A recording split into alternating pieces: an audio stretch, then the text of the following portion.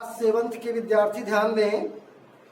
आप लोगों को इंग्लिश फर्स्ट के फर्स्ट चैप्टर जिसका नाम था Tom Sawyer's experiment on cat, इसको हम आप लोगों को पढ़ा चुके हैं और उसके क्वेश्चन आंसर को नोट करा चुके हैं और आशा है आप लोग उसको नोट किए होंगे और लर्न कर रहे होंगे। तो इसी क्रम में आज जो है हम आपको सेकेंड चैप्टर जिसका नाम है रॉबिन्सन क्रूज पढ़ाने चल रहे हैं। आप लोग हमारे साथ बुक निकाल के खोल के बैठिए और साथ साथ रीड करते जाइए। हम उसके अर्थ को बता रहे हैं, उसको सुनते जाइए, समझते जाइए और जो है मन में गुनगुनाते रहिए ताकि आपको भी इंग्लिश पढ़ने में कोई दिक्कत ना हो। तो चैप्टर नेम है आपका रॉबिन्सन क्रूज। इसमें आपको एक व्यक्ति के बारे में बताया जाएगा और उसके एडवेंचर्स के बारे में बताया जाएगा।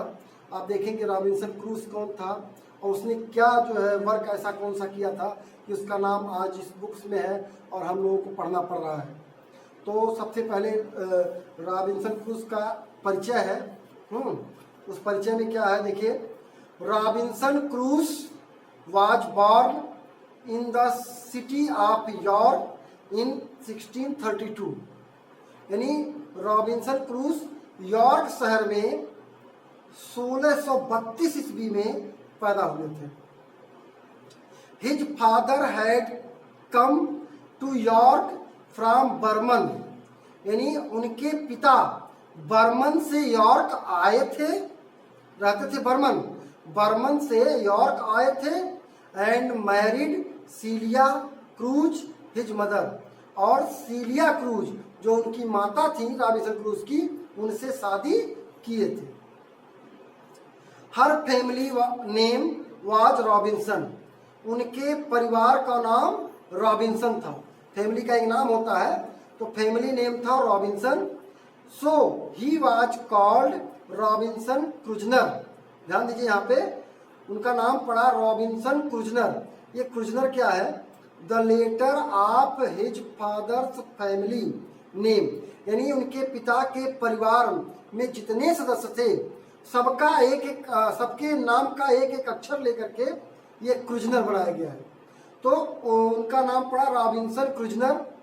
But by the usual corruption of word, लेकिन लगातार शब्दों के जो बोलचाल की भाषा है उसमें परिवर्तन होते रहने से इन इंग्लैंड में क्रूजनर टर्न इनटू क्रूज, क्रूजनर जो है क्रूज में बदल गया।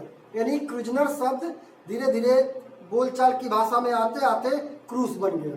यानी रॉबिन्सन क्रूजनर से रॉबिन्सन क्रूज बन गया उनका नाम। And thus he was called Robinson cruise, और इस प्रकार वह रॉबिन्सन क्रूज के नाम से जाने गए, यानी कहलाए।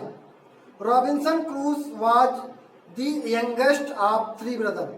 रॉबिन्सन क्रूज 3 भाइयों में सबसे छोटे थे। His father was a rich merchant, उनके पिताजी एक धनी व्यापारी थे। हिज एल्डर ब्रदर, उनका बड़ा भाई, हु ज्वाइंड द आर्मी, जिन्होंने आर्मी को ज्वाइन कर लिया था, वाज किल्ड, और मारे गए थे एट द बैटल, युद्ध में, near Dunkirk, fighting against the Spaniards, Spaniards के खिलाफ युद्ध लड़ते हुए डनक्रिक में उनके पास युद्ध में मारे गए थे। He did not know about his second brother, वह अपने दूसरे भाई के बारे में बिल्कुल नहीं जानता था। His father wanted him, उसके पिता उनसे चाहते थे, to be a lawyer, यानी उनके पिता रॉबिन्सन क्रूज को एक वकील बनाना चाहते थे। But he wanted to go to sea, लेकिन वह समुद्र में जाना चाहते थे। रॉबिन्सन क्रूज समुद्र में जाना चाहते थे। हिज फादर वार्नेड हिम, उनके पिता ने उनको चेतावनी दिया, against the dangerous of A sellers life, माने सेलर्स नाव चलाने वाले या जहाज चलाने वाले के जीवन में क्या खतरे होते हैं, उस खतरों से उनके पिता ने उनको आगाह किया, चेतावनी दी।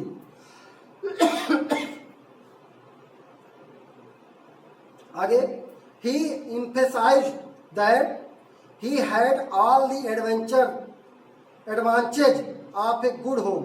उन्होंने उनको इंसिस्ट किया, उनके अंदर इच्छा जगाई कि उनको सारा लाभ मिलेगा एक अच्छे घर का, जो एक अच्छे घर में जितनी सुख सुविधाएं होती हैं उस सब का लाभ आपको मिलेगा। And could rise in life, और आप जीवन में आगे बढ़ सकते हैं इफ ही वर्क हार्ड, अगर वह कठिन परिश्रम करते तो। He always gave him the example of his elder brother, वह हमेशा बड़े भाई का उदाहरण देते, whom जिनको he had tried to persuade, जिनको रोकने का प्रयास किए थे, अगेंस्ट ज्वाइन द आर्मी, यानी आर्मी ज्वाइन करने के खिलाफ थे, यानी ज्वाइन करने से मना किए थे। ही डिड नॉट लिसन, और वह नहीं सुने, एंड वाज किल्ड, और मारे गए। हिज फादर्स आइज, उनकी पिता की आंखें, वेयर फुल ऑफ टीयर्स, आंसुओं से भर जाती हैं, वेन एवर, जब कभी, he spoke about his brother, जब कभी वह उसके भाई के बारे में बात करते थे।